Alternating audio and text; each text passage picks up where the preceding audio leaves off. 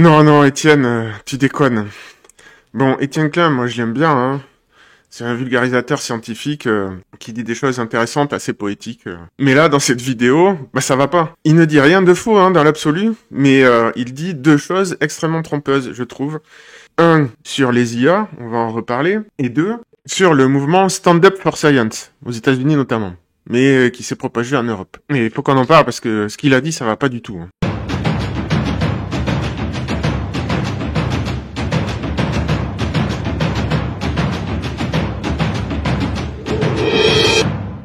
On va commencer par les IA. Alors en fait, ce qu'il dit, c'est assez simple. C'est d'ailleurs pour ça que je suis allé voir la vidéo. L'IA n'est pas intelligente, l'IA mime l'intelligence. Bon, je vous mets l'extrait. C'est bien sûr l'intelligence artificielle. Vous avez commencé par la considérer comme une simple gestion de données, intelligence au sens gestion de l'information. Anglais du terme. Voilà. Et en fait, vous avez changé de regard sur les prouesses de l'intelligence artificielle. Pourquoi ? Parce que je constate que ce qu'elle fait est stupéfiant et quand vous discutez avec une machine, par exemple avec ChatGPT, vous avez l'impression de parler avec quelqu'un qui est intelligent, qui peut dire des bêtises, mais qui répond presque comme un humain. Donc l'IA n'est pas intelligente du tout. Par contre, elle mime l'intelligence d'une façon qui est spectaculaire. Et donc... Voilà, alors son argument, c'est qu'elle n'est pas intelligente, mais qu'elle mime l'intelligence. Et je suis allé écouter sa conférence, enfin son intervention en tout cas, sur les secrets de l'intelligence artificielle. Oui, c'est bien ça qu'il dit. Et il avance deux arguments, principalement. Et je suis un peu gêné parce que c'est un philosophe des sciences quand même, quoi. Et je suis désolé de le dire, mais c'est nul ce qu'il dit. Il se trompe. Donc, premier argument, en gros, il confond intelligence et conscience. Il dit l'IA ne peut pas être intelligente parce qu'elle ne peut pas être consciente. Alors là, oui, en fait, rien de ce qu'il dit n'est faux, mais tout est trompeur. C'est là où c'est subtil. Donc, précisons, il y a la conscience, c'est un mot polysémique, il veut dire plusieurs choses. Il y a la conscience qu'on appelle phénoménale, c'est-à-dire l'impression que ça fait à l'intérieur quand on regarde le ciel et qu'on voit la couleur bleue. Les qualia, donc c'est tout le sujet de mon bouquin Quantalia, cette histoire. Mais à ne pas confondre avec d'autres formes de conscience qui veulent dire simplement savoir. Conscience, ça vient de connaître. Voilà, c'est savoir, cum sensa, savoir avec, c'est latin. Et ça, ça, c'est une fonction cognitive, et ça, les IA savent le faire. Et elles ont conscience d'elles-mêmes, en partie. Et quand je dis ça, c'est qu'il y a eu des tests qui ont été faits. Vous prenez Claude, vous discutez avec, vous prenez une photo d'écran de la discussion, vous lui renvoyez, il va reconnaître que c'est lui-même, que c'est sa propre réponse qui est dedans. C'est une forme de test du miroir adapté à l'IA. Alors le test du miroir, c'est un moyen justement de détecter la conscience de soi. Évidemment, il faut l'adapter en fonction des espèces puisque ça va dépendre. Par exemple, le chien, sa modalité principale, c'est l'odorat. Donc il y a des chiens qui ne se reconnaissent pas dans le miroir parce que c'est pas tous, ça va dépendre des chiens, mais parce que c'est pas sa modalité de perception principale. Mais il y a plein d'animaux qui passent ce test, y compris des oiseaux, je crois, des poulets l'ont passé récemment, enfin bon, bref. Et d'une certaine manière, les IA le passent aussi. Donc ça veut dire qu'elles ont une conscience, mais ça s'appelle une conscience d'accès, c'est pas la conscience phénoménale. Sauf que lui, là, Étienne, malheureusement, il ne fait pas la distinction entre les deux. Et donc c'est vrai que l'IA n'a pas de conscience phénoménale comme nous. Ce n'est pas un être biologique. Mais tout ça, ce n'est pas l'intelligence. C'était quand même pas mal. Et deuxième problème, dans son argumentation, il dit, bon, la preuve qu'elle n'est pas intelligente, il nous fait un argument à la Enthoven. Alors Enthoven, il a eu un débat avec Monsieur Phi sur cette question, où il s'est fait démonter en fait. Hein. Et l'argument qu'avance Étienne Klein, c'est du même genre, c'est regardez comment a procédé l'intelligence humaine, prenons Galilée, et son argument est intéressant du point de vue philosophique. Prenons Galilée par exemple, il a fait une expérience de pensée sur la chute des corps, qui l'a amené à découvrir que dans le vide, les corps tombaient tous à la même vitesse, ce qui contredit notre expérience sensorielle immédiate. Et ça a amené à la découverte de la gravitation, petit à petit tout ça. Et donc c'est un tournant de la physique. Ok, très bien. Et il dit, les IA, vous pouvez leur donner toutes les données que vous voulez sur les mouvements des astres et sur les mouvements des corps, elles n'arriveront pas à faire ce genre d'expérience de pensée. Alors, c'est vrai, En tout cas, je le pense aussi. Mais ça pose deux problèmes. Le premier problème, c'est que c'est vrai aujourd'hui, ça ne sera peut-être pas demain. Justement, je vous ai fait la vidéo des IA qui sont... Alors on va voir, aujourd'hui c'est pas sûr encore, mais qui sont sur le point ou qui sont déjà en train de justement d'arriver à produire des nouvelles idées, à produire ce genre d'expérience de pensée qui amène à des découvertes scientifiques. Donc première chose, donc c'est le problème avec les IA, c'est que on est sans cesse en train de repousser la limite de ce qu'elles sont censées ne pas savoir faire. Donc on dit oui, mais les IA, elles sont pas comme nous parce qu'elles savent pas faire ça. Bon. Et tous les 3 mois, il faut repousser la frontière plus loin. Et le problème, c'est qu'aujourd'hui, les IA ont passé le test de Turing officiellement, c'est-à-dire que vous demandez à des gens de discuter avec d'autres entités, on va dire, et de dire est-ce que c'est une IA ou est-ce que c'est un humain. GPT, alors je sais plus si c'est 4.1 ou enfin non pas 4.1, si c'est 4.5, voilà, est passé pour un humain plus souvent que les humains eux-mêmes. Donc voilà, elles ont passé le test de Turing. Et on sait qu'aujourd'hui, elles ont déjà plus d'empathie que les humains, plus de connaissances et plus de certaines formes d'intelligence. Donc ça, c'est la première chose.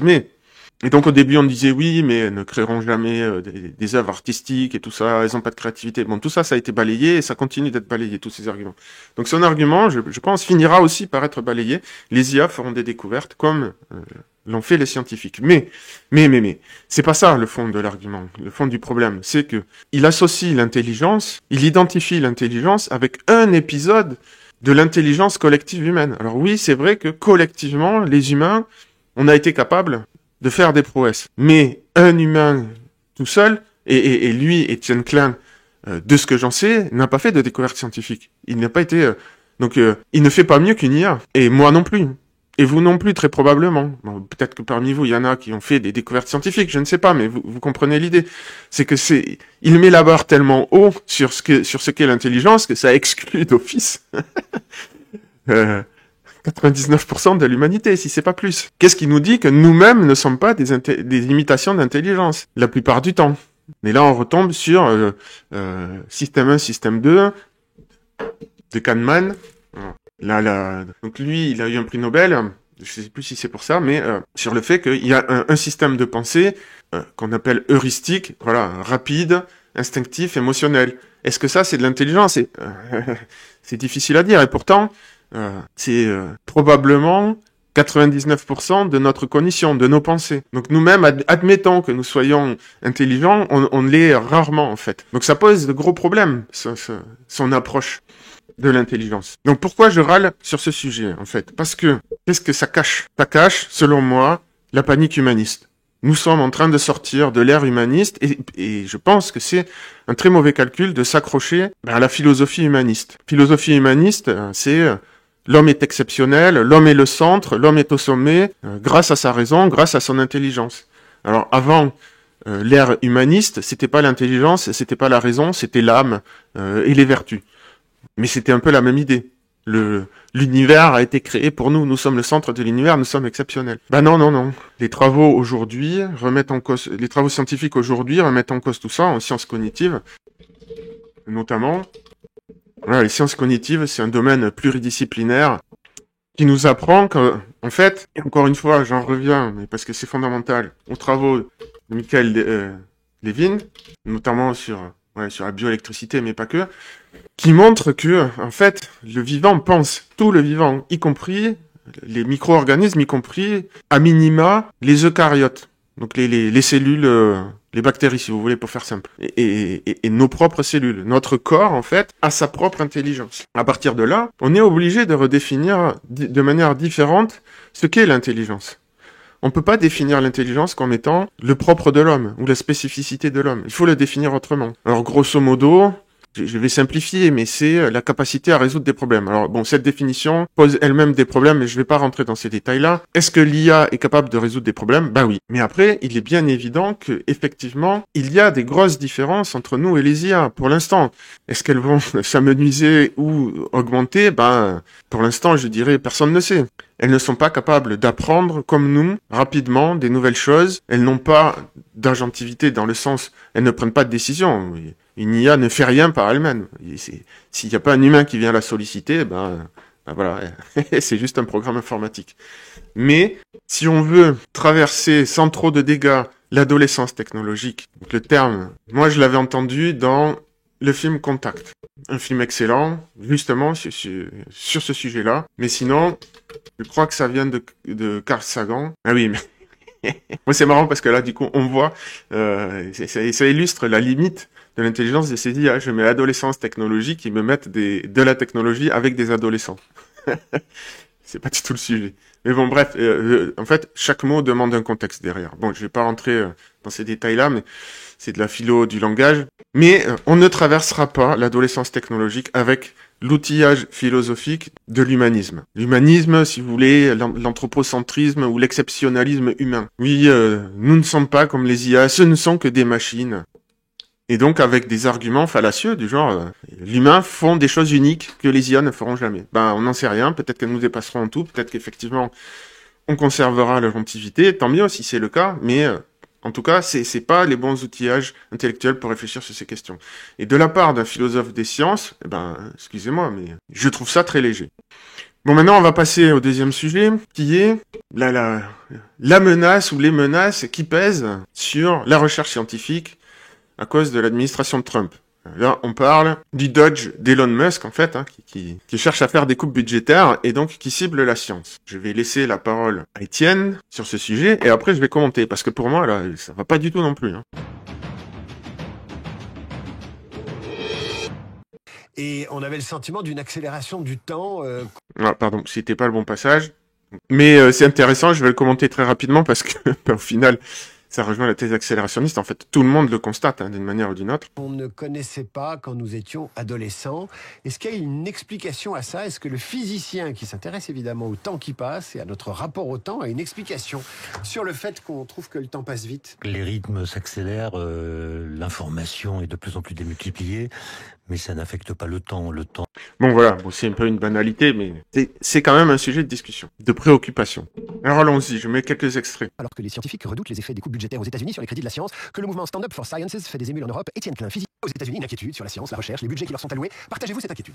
Oui, parce qu'il se passe dépasse mes capacités de compréhension, donc je peux pas vraiment commenter tellement j'observe cette espèce de concaténation entre la liberté et la vérité, comme si chacun était libre de décider ce qui est vrai, et les résultats scientifiques, dès lors qu'ils dérangent, sont considérés comme des opinions que chacun peut apprécier avec sa propre subjectivité. Alors ça, je vais déjà commenter ça, parce qu'en fait, il a déjà un petit peu tout dit, ou tout caché sous le tapis plutôt, j'ai envie de dire. Il se réfère, encore une fois, à la science de la période humaniste, la science positiviste, la science telle que finalement le grand public la connaît, mais et telle qu'elle est enseignée à l'école, mais il fait mime d'ignorer qu'il y a une grosse crise en sciences. Alors, philosophe des sciences, j'ai un peu du mal à croire qu'il n'est pas au courant, donc bon. Mais en tout cas, il n'en parle pas. Et moi, de quoi je parle? Ça aussi, c'est très important. Et ça va éclairer pourquoi, après, ce qu'il dit derrière, finalement, sans être faux, est fallacieux, trompeur. Donc c'est quoi le problème de la science? Le point d'entrée, c'est ça. C'est la crise de reproductibilité. Si vous connaissez pas, c'est par là qu'il faut commencer pour se renseigner un peu sur ce sujet. Et derrière ça, je vais simplifier, parce qu'en vrai, c'est assez complexe et étendu, mais il y a deux gros problèmes.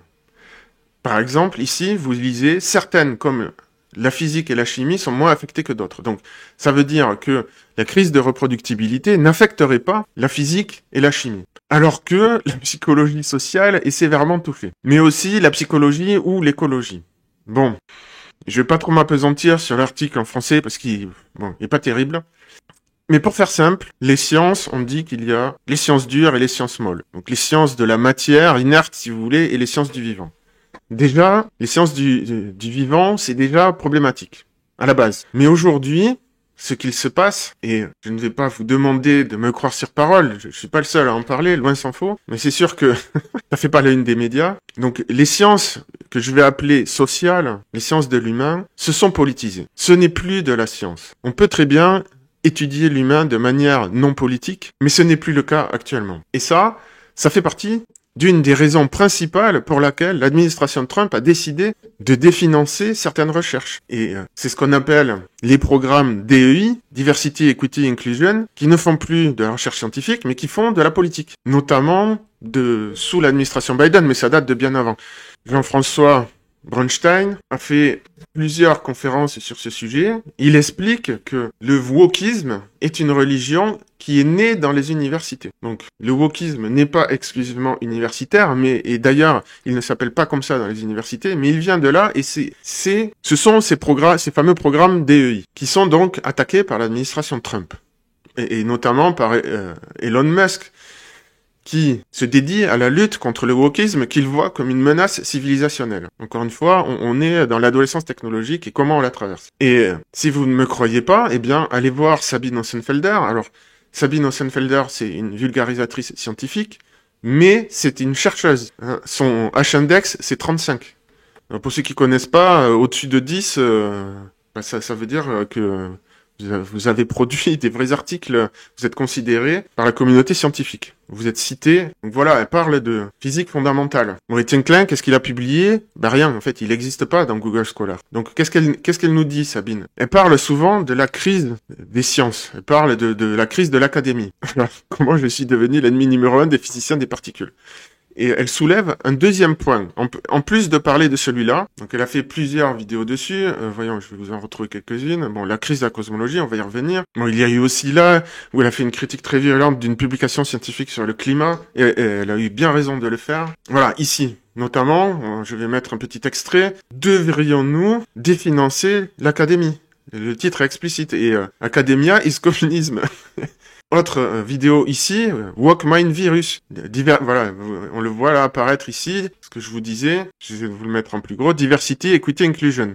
Voilà. Et qu'est-ce qu'elle dit? Personnellement, je pense que le problème majeur ici n'est pas l'objectif de l'administration de Trump, mais éventuellement les moyens pour atteindre cet objectif. En gros, ce qu'elle dit, c'est que oui, il y a des dégâts collatéraux, et ça, c'est bien dommage, mais que l'objectif en lui-même n'est pas un problème. Je vous mets l'extrait. Personally, I think the major problem here isn't the goal of the Trump administration. Voilà. Et ici, dans cette longue vidéo qui fait le point sur le sujet, où faudrait presque que je la mette en entier, tellement ces arguments sont pertinents, mais je vous mettrai le lien, allez la consulter, vous verrez, je vais mettre juste un petit extrait, c'est pour illustrer mon propos, pour dire que c'est quelqu'un de l'intérieur qui le dit, quelqu'un qui aime la science, qui le prouve tous les jours. Et elle dit donc que ça va arriver, la privatisation de la science, parce que c'est devenu un système communiste. It's going to happen because the current organization. Oups. It's going to happen because the current organization of academic research works badly. It's an inefficient use of money, and that's for a simple reason. It's a planned economy. Yes. Donc après, elle détaille. Et qu'est-ce qu'elle rajoute par rapport à cette histoire de crise de reproductibilité qui touche surtout les sciences molles, les sciences humaines? Eh bien, elle nous dévoile que la physique fondamentale, d'une manière différente, est aussi touchée par la crise de reproductibilité. En fait, la physique fondamentale ne fait plus d'expériences reproductibles, elle s'en fout. Ils font de la théorie et ils savent très bien qu'il n'y aura pas, en tout cas dans très très longtemps, dans plusieurs décennies ou siècles, d'expériences qui pourront prouver ou invalider leur théorie. C'est la fameuse théorie des cordes, en fait, qui postule, ça va être un poil technique, je vais essayer d'expliquer ça simplement, qui postule l'existence d'un univers multidimensionnel, alors ça dépend les théories, de 9 à je sais plus combien de dimensions, mais qui sont enroulées sur elles-mêmes à l'échelle microscopique en dessous de l'échelle de Planck. Et l'échelle de Planck, comment expliquer ça? Le chemin qu'il faut pour aller de notre échelle à nous jusqu'à l'échelle d'un atome, en fait, ce chemin-là, vous pouvez le faire, je sais plus combien, si c'est 5 ou 10 fois, donc il faut rezoomer de ce niveau-là, 5 ou 10 fois pour arriver à l'échelle de Planck. Bon, autant dire que c'est du gros n'importe quoi. Et donc elle explique que même la science physique fondamentale est gangrénée par un système il faut juste, en fait, faire semblant de faire de la recherche, travailler pour être bien vu par ses collègues et obtenir des crédits. Et il y a des vidéos où elle est très très virulente sur ces sujets. Bref, donc il y a un double énorme problème en science dont Étienne Klein ne parle absolument pas. Et Trump a décidé de s'occuper de ces problèmes. On peut être pour, on peut être contre, on peut être pour ou contre la méthode qu'il utilise. Mais là, moi, ce que je reproche à Étienne Klein, c'est qu'est-ce qu'il va donner comme explication derrière. On va l'écouter maintenant. Je pense que le réel qu'il a sommet. Désolé, je remets. Je pense que le réel qu'il a sommet de ce terre va finir par donner de la voix. C'est la première fois que la réalité ou les conclusions scientifiques sont discutées, chahutées, et pas uniquement aux États-Unis, la tendance est mondiale. Ouais, à ce niveau, c'est sans doute la première fois, mais on a eu des expériences même en France pendant le Covid, où il y a eu en effet cette espèce de d'arrogance qu'il y a à l'incompétence, c'est-à-dire ce qu'on appelle l'effet Dunning-Kruger. Hein. Précisez. C'est-à-dire pour se rendre compte qu'on est incompétent, il n'y a qu'une solution, c'est devenir compétent. Monsieur Trump, je le connais pas bien, mais je pense pas qu'il ait de grandes compétences en sciences. J'ai pas l'impression que ça l'intéresse beaucoup. Par contre, il a une espèce de jugement généralisé qui fait qu'il n'hésite jamais. Il a la réponse à tout. Ne dit jamais qu'il s'est trompé. Et peut-être que dans un monde où le numérique nous met en face de thèses qui sont toutes contradictoires, on a besoin de se confier ou de se fier plutôt à une personnalité qui ne doute pas. Bon, tout ce qu'il dit est vrai, hein. Je vais pas dire le contraire. Mais c'est pas le sujet. C'est pas le sujet. On s'en fout de Trump. Bon, d'accord, oui, c'est lui qui est président, c'est lui qui est derrière ces histoires de définancer la science. Mais c'est pas ça le problème. Il y a une crise dans la science et c'est une grave crise. Parce que, encore une fois, je me répète, hein, mais bon, on est dans un système hérité de l'ère humaniste qui ne fonctionne plus. Bon, j'exagère en disant qu'il ne fonctionne plus, mais disons qu'il fonctionne de moins en moins bien. Parce que il est institué, architecturé sur des vieilles conceptions de la science. Donc Trump, il vient, il met les pieds dans le plat. Parce que aux États-Unis, bon, c'est pas très connu en France, mais il y a des graves tensions culturelle, une guerre culturelle entre, bon, pour simplifier, une gauche et une droite qui se reprochent mutuellement, c'est assez, ils se reprochent mutuellement en fait, et chacun une forme d'obscurantisme quelque part. Donc la gauche reproche à la droite qui est aux États-Unis est très chrétienne, j'exagère, mais en gros de renier la théorie de l'évolution, de faire du terreplatisme. Bon, je caricature, mais voilà, c'est un peu ça l'idée, et surtout de défendre une morale patriarcale, vieillotte, tout ça, dépassée. Et en face, il y a le wokisme, à qui on reproche de plus faire de la science, mais de faire de la politique. Donc à travers ces programmes qui sont poussés par les universitaires des sciences humaines. Et là, beaucoup de scientifiques qui se sont abrités derrière l'institution, qui sont dans le conformisme, ne produisent plus de la bonne science. Et mais ça coûte cher tout ça. Donc moi, j'aimerais qu'on a des cours de physique. Étienne Klein, qui lui est un philosophe des sciences, son métier, qui lui sait s'exprimer d'une très belle manière, qui sait vulgariser, qui a l'habitude des médias. Ça serait bien qu'il parle de ces sujets-là. Au lieu de faire une explication oh, mais Trump il est incompétent, on sait pas trop, c'est un chien fou, on sait pas trop à quoi il joue. C'est ce qu'il dit au début, il dit c'est trop complexe, ça me dépasse. Bon, peut-être qu'il est honnête, mais bon, je pense plus simplement qu'il manque de courage intellectuel. Bon, il sait qu'il veut pas se mouiller dans ce genre de polémique. Donc voilà. Alors, dans le lot des études scientifiques qui sont définancées, il y a peut-être des dommages collatéraux. Mais là, moi, les gens qui veulent se lever pour la science, ils devraient faire le ménage chez eux, déjà. Et je reviens sur ce qu'il a dit précédemment.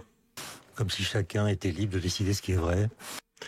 Ça c'est problématique parce que, oui, par rapport à la réalité physique. On va pas décider si les atomes, ils existent ou pas. On va pas décider si la théorie de l'évolution, elle existe ou pas, ou si elle est vraie ou pas. Donc là-dessus, je suis d'accord. Mais en matière sociale, en matière de sciences humaines, c'est pas du tout pareil. Comment on organise la société? Eh là, oui, on décide. Il n'y a pas d'autre moyen que de décider on va s'organiser comme ceci ou cela. Il n'y a pas de vérité scientifique qui dise la démocratie c'est mieux ou la dictature c'est mal. Alors je suis pas quelqu'un qui soutient la dictature, mais il n'y a pas de vérité intrinsèque. Il n'y a que des choix et des conséquences voulues et des conséquences non voulues. Est-ce que légaliser l'avortement c'est bien ou c'est pas bien? C'est un choix de société. Il n'y a pas de vérité en ce domaine. Et pourtant, la science se prononce de plus en plus sur tout un ensemble de questions de société. Donc la science outrepasse. La science est descriptive, mais ne doit pas être prescriptive. Parce que si elle devient prescriptive, ça va influencer indirectement ses recherches. Elle va chercher des preuves pour ses prescriptions. Ce n'est plus de la science, c'est de la politique. C'est ce que je disais en préambule. Et c'est ce qui se passe dans une grande partie des sciences humaines actuellement. Donc il dit qu'il est dépassé. Je suis désolé, quand on est philosophe des sciences, faut avoir un minimum à dire sur ce sujet. Donc voilà, pour moi, tout ça, c'est un exemple, encore un de plus de la crise civilisationnelle que nous traversons. Selon moi, les institutions actuelles vont nous lâcher. Donc, ce que je préconise, c'est de travailler à sa souveraineté personnelle pour traverser cette période trouble. Et sur cette chaîne, je distille petit à petit les outils pour cultiver sa souveraineté, notamment dans le monde du numérique. Comprendre et s'y retrouver et ne pas se faire avoir par ce genre de discours qui sans dire absolument rien de faux, bah finalement, nous envoie sur une voie de garage.